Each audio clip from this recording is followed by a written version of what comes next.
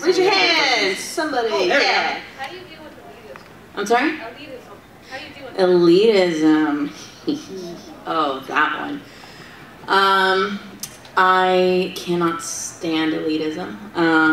I hate that mentality more than anything because it's very exclusive, and I'm very much a person of cosplay is for everyone.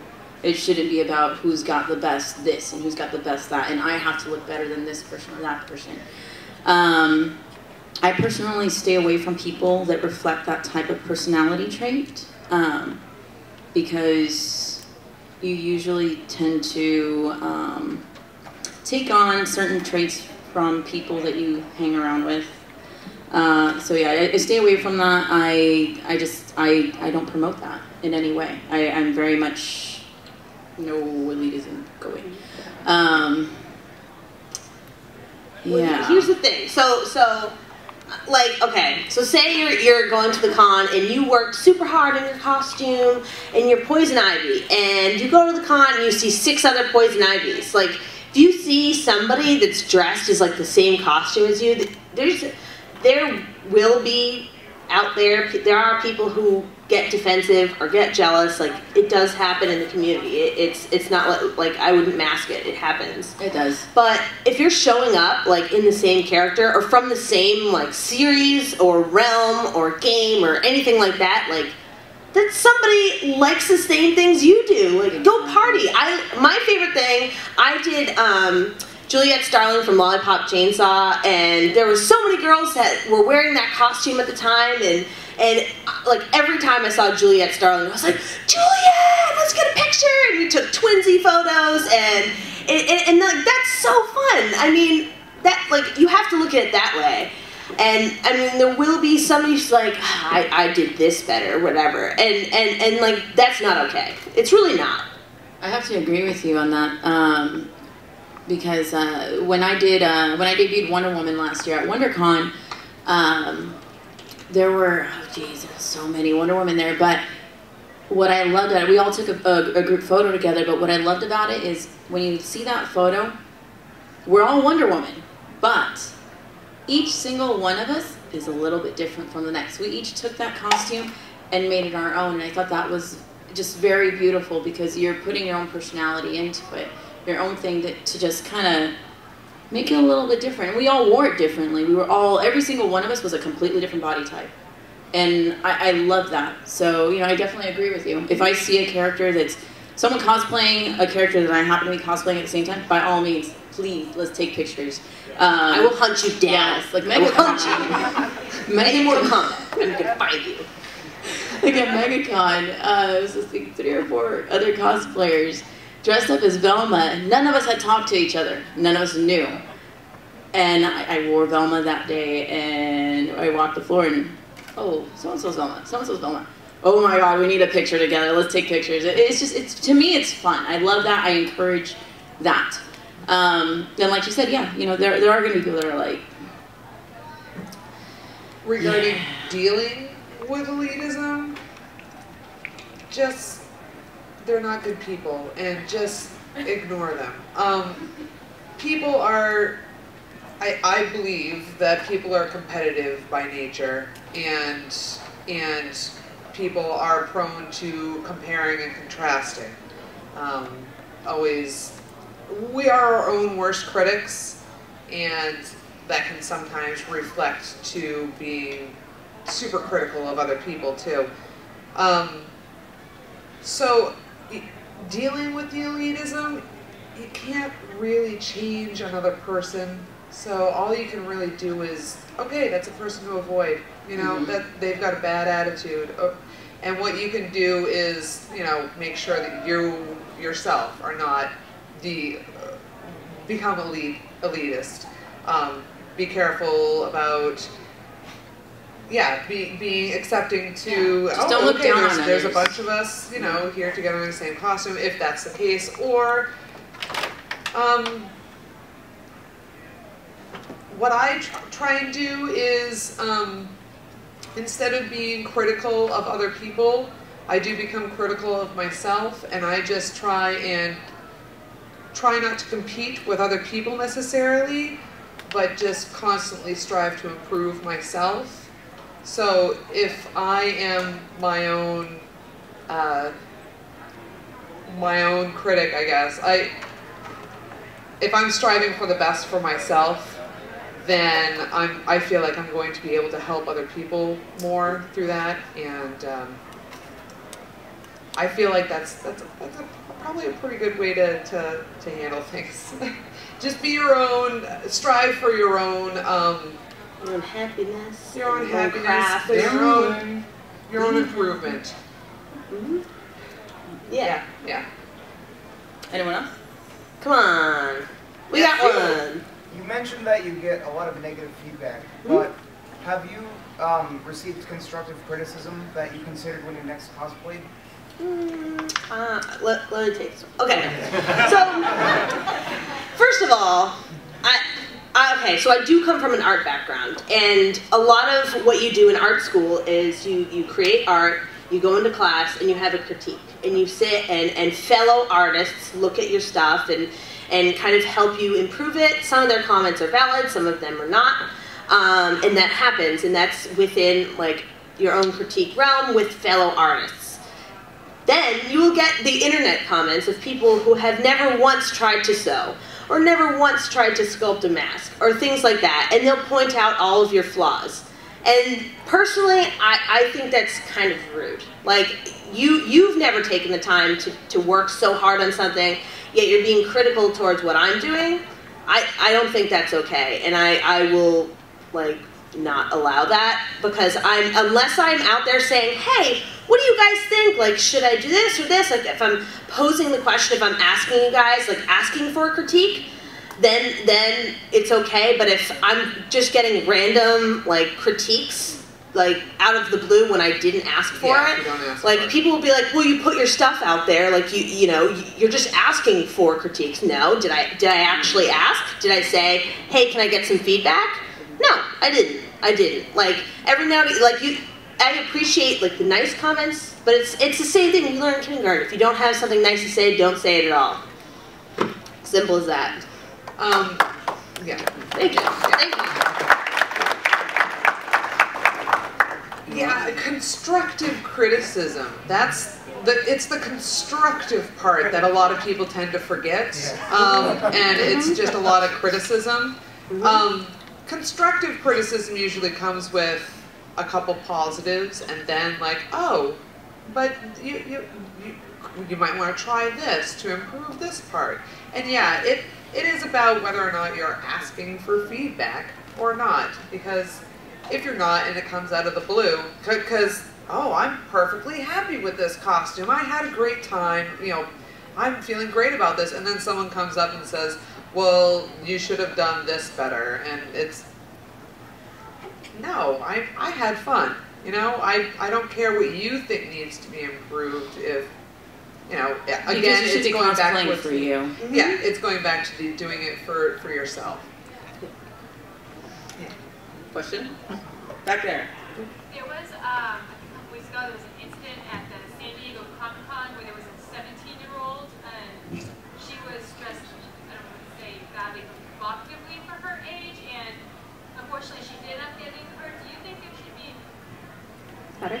Do you think there should be restrictions to, like, how old you are with what costume you have, if you, like, downgrade, sex it up, or whatever? Do you know what she was wearing? Oh, she was dressed up as like it was a mashup of Jessica with Roger Rabbit, but it was kind of like a pin-up thing. Yeah, I mean... It's nothing more than a bathing suit. Pretty much. Yes, wear bathing suits. People wear less at the beach than a lot of costumes. Yeah, because then that raises the question of, if you're dressed a certain way, then you're asking for it. Sorry. Which is the absolute wrong mentality to have, you know? It's horrible. Yeah. No, artists draw characters sexy. I mean, go to any of the artists out here, and that's how they draw their women. They draw them sexy. And, you know, you can either alter the costume to make it more conservative, or you can make it really sexy, or you can do like bathing suit versions of characters. And I personally feel there's nothing wrong with that, although there is a there's a time and place for certain costumes. Like, is anyone familiar with Princess of Mars?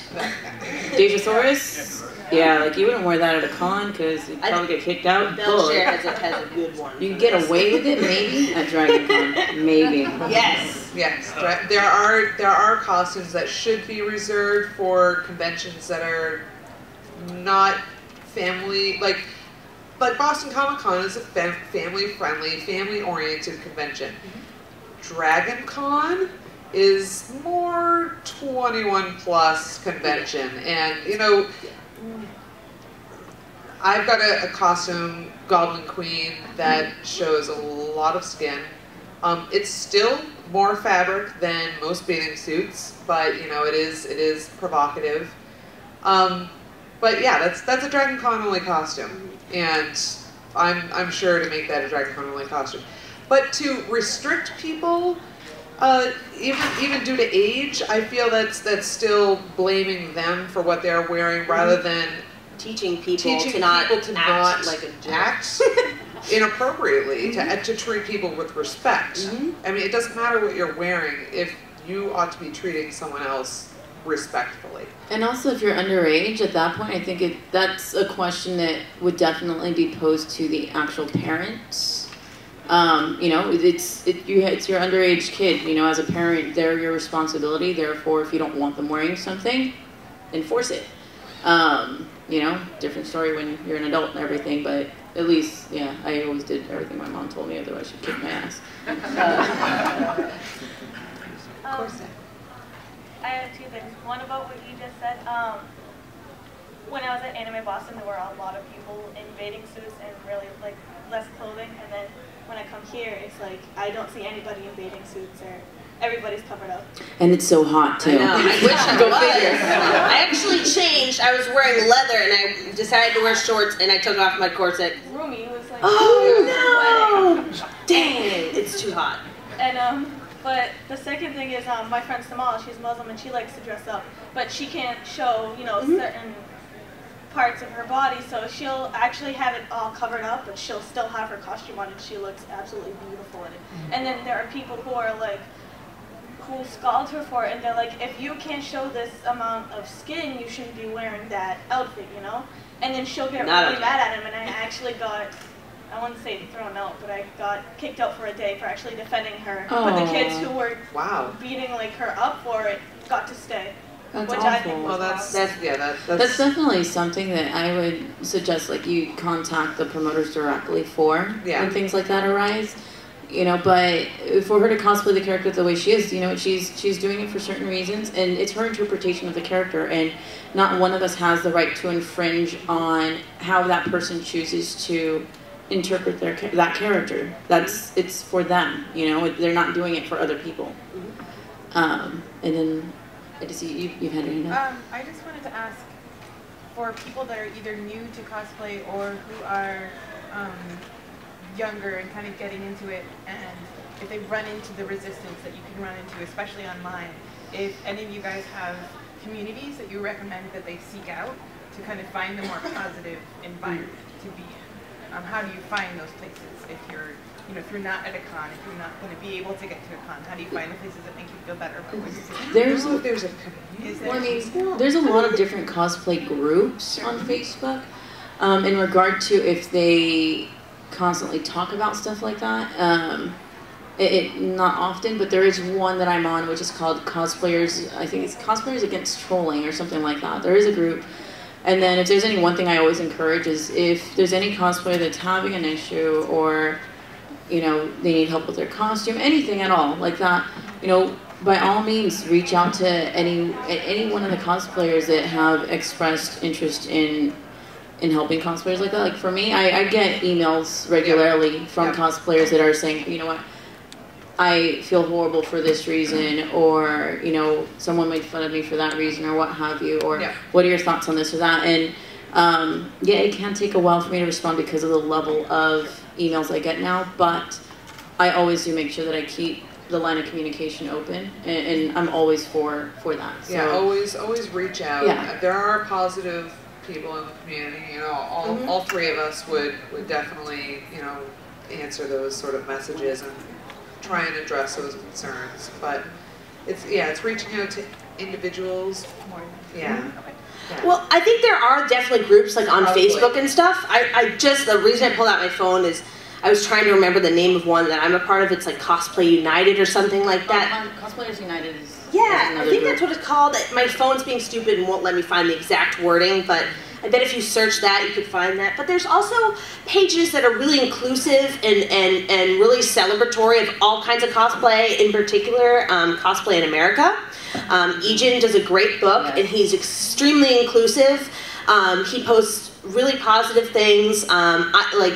That's kind of one of the very first sites that I fell into when I started cosplaying, because I wanted to, I liked seeing other people's art and seeing what other people did, and just seeing people that, looked like me and were cosplaying and having fun, and being able to chat with people that had similar interests and stuff. But yeah, Cosplay in America, Cosplay United, I think is what it's called. I apologize, I couldn't pull up the exact wording. But there are totally Facebook groups and pages that are really inclusive and super open and fun that you can go to. And we have time for like maybe one really, really quick question before we gotta go. Little guy? Okay. What's it? The kid in the front. There's a little kid in the front? The kid. Oh, okay. Are store-bought costumes considered cosplay, or do you have to make it? Yes, they are. That goes back to the whole elitism thing. No, it is considered cosplay. There's nothing wrong with commissioning your costume or buying your costume. Or going to a thrift store. Exactly. And piecing together something, whatever. Absolutely. That's how I started. Yeah. And the thing is that not all of us know how to sew, and that's okay. And your parents, where are the parents? My parents. Sometimes they have very, very long work hours. They might work really hard all week, and they don't have time to do that. And that's okay. And I have friends that are like that, and they commission their costumes because they just don't have the time as much as they would love to. But for me, it's all about what's in here. If you're having fun and you walk that floor and you're enjoying yourself, that's the most important thing. So don't ever think that because you buy it, it's less than somebody that made it. They're both at the same level, unless the person that made it is very grumpy and very unhappy and snarky, and then in that case, no. But no, enjoy it, have fun with it, don't limit yourself. It's fun. And thank you, everyone. And I think you can find all three of us on Facebook and Twitter and Instagram and Tumblr and all that good stuff under... Just search for BelleChere. and Bethany Maddock. And Ivy Doomkitty. And then we will each be at our booths now. What's the booth number? D901. I have since moved temporarily over to Babs, if anybody knows Babs Tar, Batgirl, anyone.